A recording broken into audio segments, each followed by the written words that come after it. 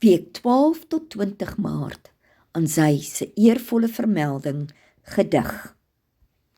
Gister, geskryf deur Martie Engelbreg. Soms in my drome loop ek deur gister se onthoustrate. Die huis waar ons almal nog saam was, lyk dieselfde. Ek staan by heining voor die huis met die persblomme. Ma en pa sit op die grasperk. Johan roep vir Piet, die swart kraai. Soms loop ek deur die huis, my voete traag.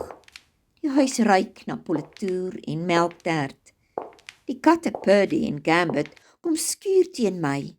Onthoutrane vul my hartkamers. Ek gaan sit onder die treurende wilgerboom in die agterjaard. Kees, die bobbejaan, sit hoog in die takke. Pa se groentetuin dra swaar in die oes. Soms loop ek met wandelpaaie van gister, onthou gedagtes en vergeet gedagtes. Soms kan of ek wil, ek nie onthou. Soms is ek bly, dit was gister.